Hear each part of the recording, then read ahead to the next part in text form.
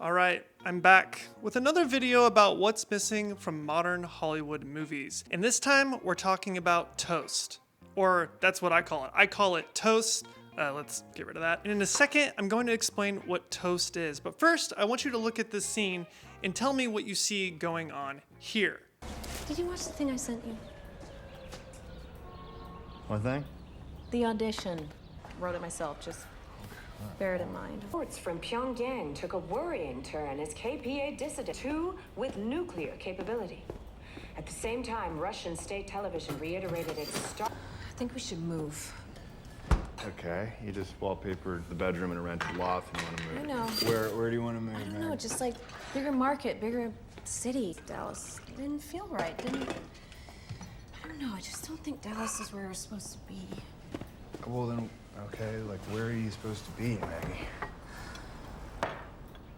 This is Disclosure Day by Steven Spielberg. I was super excited about this film when it was announced and when it came out. And when I saw it, a lot of that feeling was fleeting. But I do want to talk about one thing that Spielberg really got right in this movie, and it's toast. Now, I know this might be confusing, but this is what's missing from modern Hollywood movies. I've been going through with my creative partner right now, and we're writing a feature film. And the thing that keeps getting brought up is what I'm now calling toast. And it all came from Disclosure Day. Okay, so what is toast, Spencer? Toast is the little texture in a film that actually makes the world believable.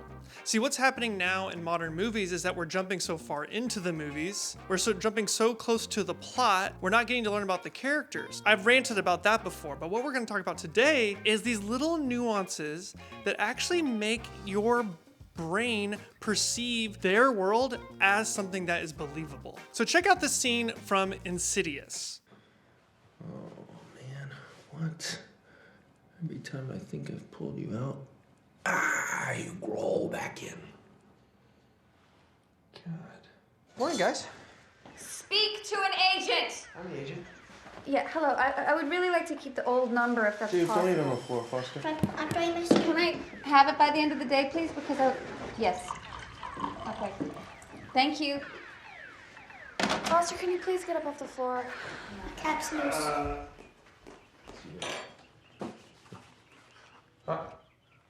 What is this? Wax?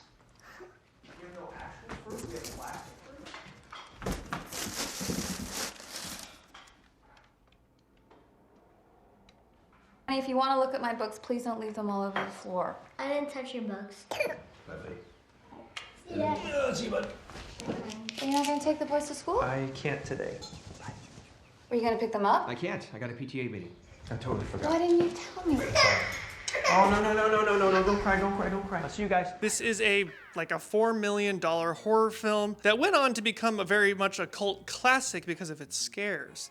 But the reason this movie works so well is because the first 10 minutes is essentially all toast, right? It's someone having to do a normal everyday activity, and we see the details of this. You all know that I'm a big fan of David Fincher. It's because there's toast all over his films. You've heard this before. We go into people's refrigerators, characters' refrigerators. We see them pop bottles, drink beer. The beer sloshes when it hits the table. These are these little moments that so many movies in Hollywood right now are missing. So Insidious, we're walking around the kitchen with this family in the morning. You're like, okay, a morning kitchen scene. I've seen one of those before, right? But look at all the little nuances that are going on in here. Dad walks over to the table. He picks up an apple. He goes, what is this, wax? So we don't even have real apples in the house anymore, right? That is a type of line that you will not find in a modern Hollywood script. Why is that there? Why are they talking, why didn't they just give him a real apple? Why is he eating an apple to begin with? This is the stuff. This is the texture. He picks up the milk or the orange juice from the table, and the kid's like, that lid's not on tight. Caps loose. This is so much stuff that is connecting the dots in your brain that the world that they're living in is real to them, and now it's becoming more real to us. Because without all those little, it's basically like movies now draw an outline and they don't ever color in the line. We need to see that. What is also great about toast, you get to see how these people are acting in their normal day environments. What kind of toast is she making? Is she getting 2 pieces of bread? Is it wheat bread? Is it going in a toaster oven? Is she putting butter on it? Is she putting margarine on it? Is she putting eggs on it? What is she doing with the toast? These are these little details that add so much to our characters. They're technically choices that the character is making.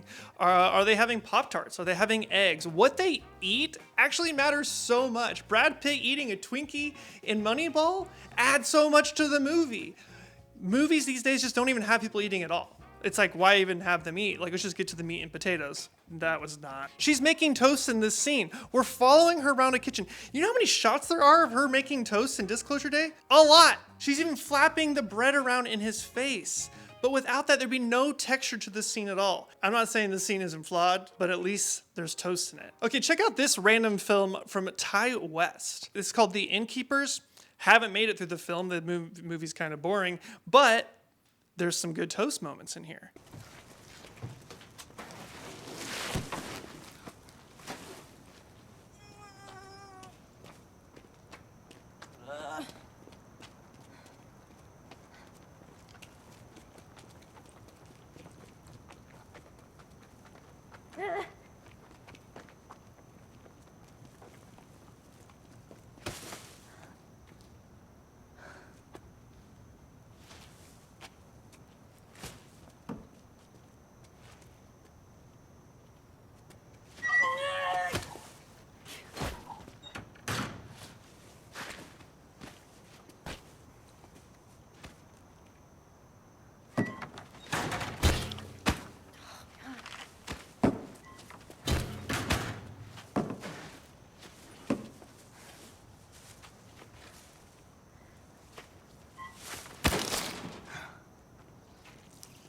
Oh my God.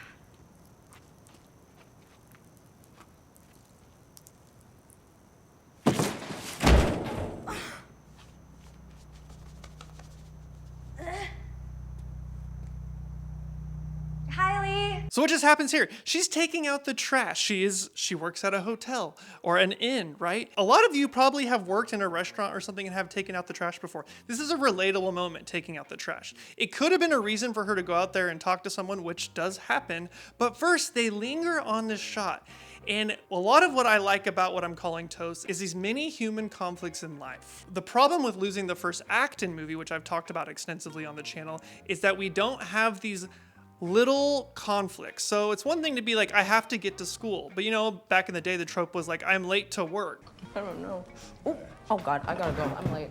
I'm on live at 7:23. I got moved up. But being late to work shows something about the character and gives us immediate conflict with the character, a mini journey, a mini human journey that we can all relate to. We've all been late to work before. We've all had our car not start before. We've all had a bad hair day before. All these little mini conflicts immediately humanize our character. And so if we jump past those, we don't have to believe that this character is real or relatable in any sort of way. So when she's going to take out the trash, she's struggling. She's kind of a small person. The trash is really big. It's kind of funny, but it's also so relatable. It's like she can't get the trash into the bin. She eventually does, but we linger on this shot for so long. The director could have easily been like, open it, throw the trash in there. It's just like an everyday thing. But no, we're showing this person struggle on a small human level. Maybe they ran out of toothpaste. Maybe they can't find a sock. Maybe they spill something on their shirt. Whatever it is, these mini human conflicts, although small, add so much to a movie. And I guarantee you the 90s and 80s were full of this stuff. There was toast all over the place. We were eating toast the whole time we were watching the movie. Look for it. Look for it in the next big movie. Should we talk about the Odyssey? Should we talk about there is no toast in the Odyssey. Actually, there's one scene where we get to go into this moment where with Odysseus and he's teaching kids how to hunt. And he's got his hunting dog, he's got a bow and arrow. That's the only time in that giant 3-hour epic that we were with characters doing a small task. We're learning about a character in a small environment. Don't even get me started on the Odyssey. They literally kick a dog in the Odyssey right out of a screenwriting book. Kick the dog so we can feel something because you're not feeling very much in that movie. Okay, I digress. I think the reality is you might think I'm asking for too much, but I don't think I am. This doesn't take much more time to shoot. It doesn't take much to add this to a script. It's even something that you could come up with on the day. Like toast could be a part of every director's toolkit just on the day, oh, we're gonna have you make toast. You've seen me on this channel before, I'm often just like making little shorts about me making coffee or something. But it's those little things of making coffee that go a long way. So when we get deeper into their journey, we believe they are a real human character in a real world that is fully fleshed out. Also to the fact that they have small human flaws like all of us. There's this big thing about screenwriting is always having conflict in your scripts, but it's so easy to add these minor conflicts that lead up and compound to the bigger conflict at hand. Start off with them being late to work, but end with their office building exploding at the end, right? Start small with little human conflict and work our way up. All I'm saying is we just need more toast in movies. All right, so I appreciate you listening to me. If you like this kind of video, let me know in the comments below. Some people liked my last one, and so I thought I would make another one because I often have these thoughts. And before we go, I do want to thank the sponsor of this video, which is Squarespace. Squarespace is an all-in-one platform to present your work online. Start a completely personalized website with design intelligence from Squarespace. Design intelligence empowers anyone to build a beautiful, bespoke digital identity to use across your entire online presence.